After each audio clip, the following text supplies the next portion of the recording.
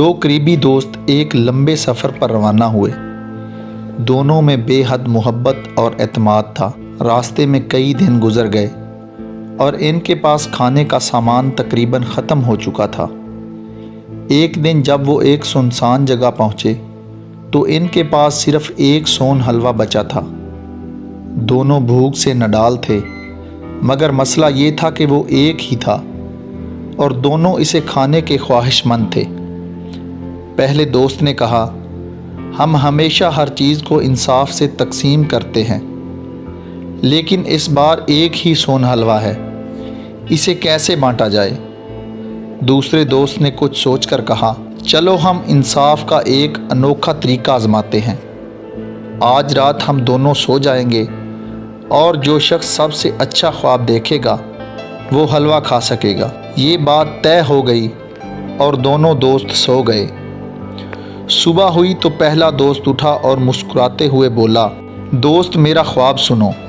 میں نے دیکھا کہ میں ایک شاندار محل میں ہوں، ہر طرف روشنی ہے اور خوشحالی ہے، میرے پاس دنیا کی ساری نعمتیں ہیں اور فرشتے مجھے جنت کی بشارت دے رہے ہیں۔ یہ خواب اتنا خوبصورت تھا کہ میں بس وہیں رہ جانا چاہتا تھا۔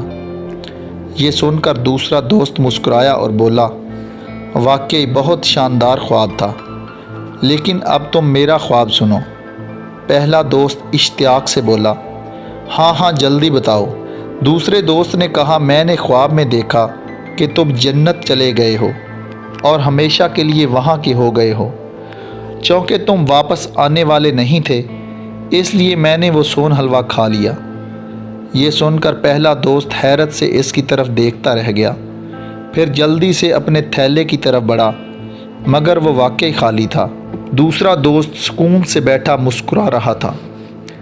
اس کہانی سے ہمیں یہ سبق ملتا ہے کہ بعض اوقات لوگ انصاف اور ایمانداری کے نام پر دوسروں کو چالاکی سے دھوکہ دینے کی کوشش کرتے ہیں، مگر اصل ہوشیاری دوسروں کی چالاکی کو سمجھنا اور بروقت فیصلہ لینا ہوتا ہے۔ دوسرا دوست جانتا تھا کہ دنیا میں کامیابی صرف باتوں سے نہیں بلکہ سمجھداری اور عمل سے حاصل ہوتی ہے۔ مزید ایسی ویڈیوز کے لیے ہمارے چینل کو سبسکرائب کریں۔ ملتے ہیں ایک نئی ویڈیو کے ساتھ، تب تک کے لیے اجازت دیجیے۔ اللہ حافظ۔